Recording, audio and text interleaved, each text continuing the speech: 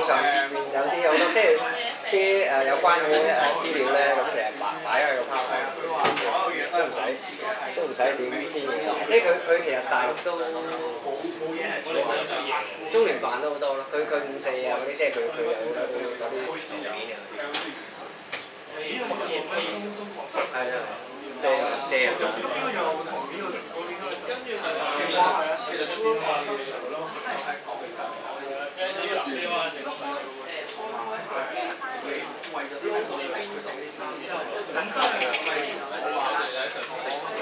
頭先都講啦，即係基層大學咧，佢就即係有啲朋友好有興趣啲，即係搞翻自己嗰啲。不過佢哋可能自己即係有時都有心，所以就睇下遲下有冇機會合作下啦，係啊。多謝你哋幫我哋手，即係 scan 曬成呢個新資料。嗰啲即係好輕我哋好輕，但係有意思嘅，即係因為呢份嘢就圖書館都冇問題。港大有咁即係港大係啊，即係港大就有文件嘅，公共圖書館就係啊，所以我睇下或者我唔知啊，即係如果譬如 Q 仔佢啲合訂本有多，其實俾一個 copy 公共圖書館都好。即係得一個 copy，我哋靠佢嗰個 copy。仲有嘅，我哋仲有幾個朋友有，我反而冇。係啊，會抌咗出嚟嘅話題。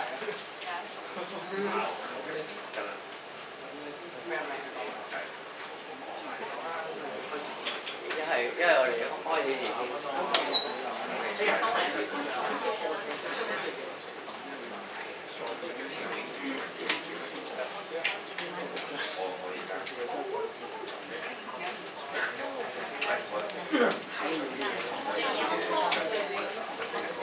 多謝大家朋友今晚嚟支持。咁我哋咧就今次嘅講座咧，其實都係想大家再諗翻我哋中國個社會，即係面對我哋中國社會，即係可能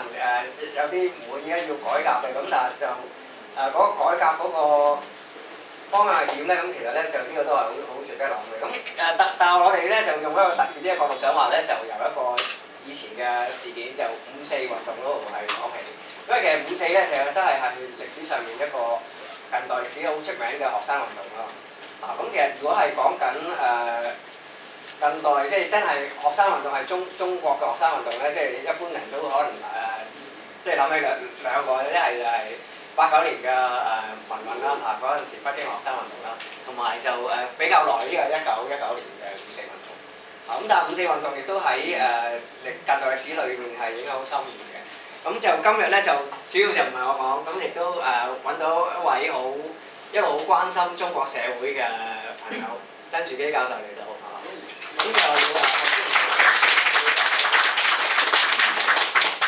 咁就因為有啲朋友咧就話佢都可能對5·4嗰個認識都唔係好多，咁我就有個啲PowerPoint 嘅投影片咧就俾大家睇一睇，即係大約即係一啲有關5·4運動嘅內容啦。咁其實呢個咧就好短時間咧，就即係俾大家少少概念。咁今日我哋都唔係主要係講歷史啦，咁就想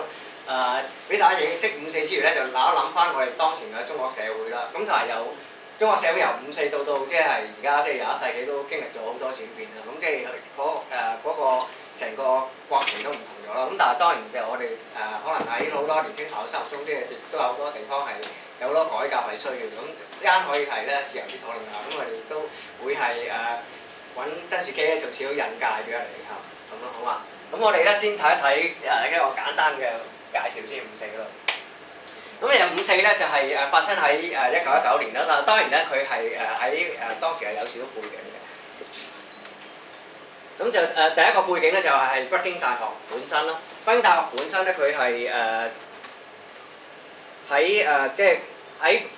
民初嗰陣時咧係有一個好重要嘅改革啦，就係蔡元培咧就喺1917年咧就做咗北大校長，咁之後咧就係做咗好多改革嘅，咁係亦都係當時咧北大咧係中國即係政府即係開辦嘅全資嘅大學裏面咧，即係一個最有規模係即係最即係學術上面咧係最繁盛嘅一個中心嚟嘅。咁其實另外除咗北大有個改革之外咧，咁其實咧就喺1915年開始咧，即係其實早五四運動出現嗰陣時，早幾年咧已經係有一啲叫新文化運動㗎啦。咁當時有一份好出名嘅雜誌叫做《新青年》，《新青年》嘅創辦人咧就係上高嗰位陳獨秀嚇，陳獨秀創辦，但係後來咧就加入咗好多就係有名嘅作者，例如係胡適啦、李大釗等等。咁呢一班即係年青嘅學者，其實佢都係注重呢，即係推動一啲叫新文化，即係佢講緊新文化新思想。咁特別咧用陳獨秀嘅講法就，即係我哋咧要係大力提倡民主，大力提倡科學，去到咧係反對封建，去到反對即係阻礙中國新中國發展嘅舊思想咁嘅。咁佢呢個新文化運動對當時嘅知識分子都影響好大。咁其實當然個背景其實係五四運動有一個好重嘅愛國主義同埋民族主義嘅情緒喺裏面。因為當時嗰個年代咧係1914年就係第一次世界大戰，咁第一次世界大戰應該就同中國呢邊就關係唔係好大嘅，咁但係當時咧就日本咧就向德國宣戰，就將德國喺山東青島嗰個即係據點咧就係佔據咗。咁當然呢個山東點解德國會喺山東青島有個據點咧？就係因為咧當時清朝咧就同德國咧就係因為一啲紛爭議和嘅期間咧就又話用一個租借形式租借俾德國，租借咗青島嘅地方俾德國。咁而家圖中嗰件係即係當時嗰個德國殖民地政府嘅辦公室啦，後來就亦都係俾日本喺1914年佔據咗。咁其實咧就係當然係第一次世界大戰就喺1918年係結束啦。咁當時國內咧其實就有一個寄望嘅，即係覺得有個叫巴黎和會一個國際會議咧，希望咧嗰個會裏面咧係能夠咧將即係德國喺中國上面一啲特權或同埋佢嗰個佔據嗰個青島個狀況咧係歸還翻俾中國，先有咁嘅希望嘅。咁點解有咁希望就同呢個美國總統都有關，因為呢個美國總統威爾遜咧就提出一個國際社會14點原則，包括咗可能啲國家要有獨立嘅主權啊，應該和平共處啊，同埋應該係相互平等等等。咁嗰個巴黎和會咧喺1919年1月咧就開始，咁當時即係你見威爾遜啦，即係滿面笑容，即係大家都可能對美國咧，即係佢喺個和會上面影響力咧有寄望，覺得咧佢嗰個和平相處嘅原則啊，同埋尊重主權嘅原則咧，可以係令中國呢一啲即係俾人侵佔嘅一啲特權咧係歸還翻俾中國。咁但係當然個結果係令人失望啦。咁喺4月咧，其實係當時一啲強國啦。包括意大利啦、英國啦、法國咧，都係應該係私下咧就同日本傾過多次，都係支持日本咧，認為咧日本係有一個權利咧係承接德國當時喺青島上嘅一啲特權嘅。咁啦，就亦都介紹翻即係當時中國嘅政府啦。覺得當時中國政府其實係即係都係一個幾分裂嘅狀態。咁我哋叫呢個叫北洋嘅政府咧，其實佢主要個控制點咧係一啲北方嘅。咁南方咧，廣州咧，即係嗰陣時後來孫中山亦都係組織一個南方政府咁樣嘅。咁當時其實係中國一個即係唔係好統，即係雖然話民國，但係就唔係一個好統一嘅狀態。咁當時係徐世昌就係18至到22年嘅民國總統啦。咁就當中有即係關於青島嘅事件咧，即係有3個係叫關鍵人物。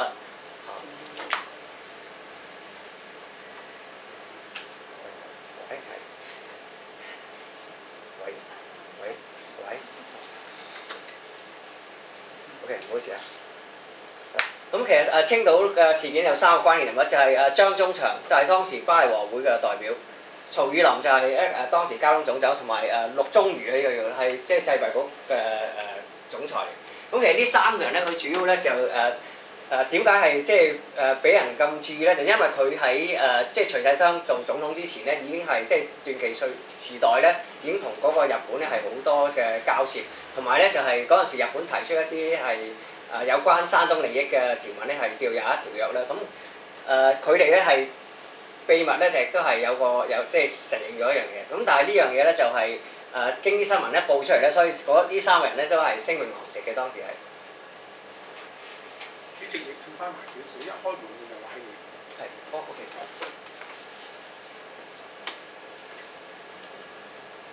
咁其實五四運動嘅開始咧，其實就因為即係當時對嗰個和會嘅失望啦，咁同埋即係對呢幾個即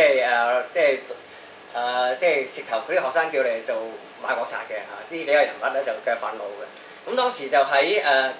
巴黎和會4月就已經知道係會將啲列強會將個權益轉讓俾日本啦。咁但係就嗰啲學生咧，當時就5月3號咧就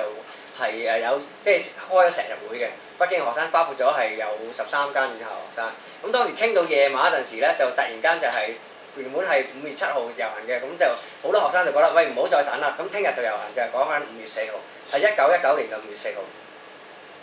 咁到最深夜一陣咧，大家決定咗係5月4號咧遊行咧。咁當時咧佢哋就係喺天安門嗰度集會嘅。咁根據各種嘅數字咧，即係有啲係有1萬，有啲話幾千。咁但係估計即係而家睇翻，大約應該最少都應該係有3000個學生嘅。咁呢個係一個好出名當時五四運動嘅照片，就係啲學生遊行嘅。咁佢哋揸住一支係當時即係有個5色嘅國旗啦，就代表中華民族嘅。咁亦都係即係有啲警察係監視個遊行咁咯。咁呢一個畫咧就係後來即係根據嗰張相再畫出嚟。咁你見到係紅黃藍白黑，即係一個五個族啦，中國咁樣。咁佢嘅口號其實就係外爭主權，內取國產。即係呢個就係嗰個學生即係擬定嘅口號嚟。咁當時亦都係做咗好多嘅街頭演講啦。咁呢啲都係一啲情況啦，同埋嗰個宣傳隊嗰個報額嚟嘅。咁就呢邊亦都係一啲女學生，即係當時大學亦都有好多開始有啲女學生。咁啲女學生亦都係參與咗遊行嘅。咁你見到亦都係有個呼籲啦，就係罷買日貨啦。咁當時亦都有啲市民響應，就係提出罷買日貨啦。咁同埋就提出口號係誓死力爭，就係呢個還我青島咁樣嘅。咁當中亦都有一啲比較激烈嘅行動啦，就係有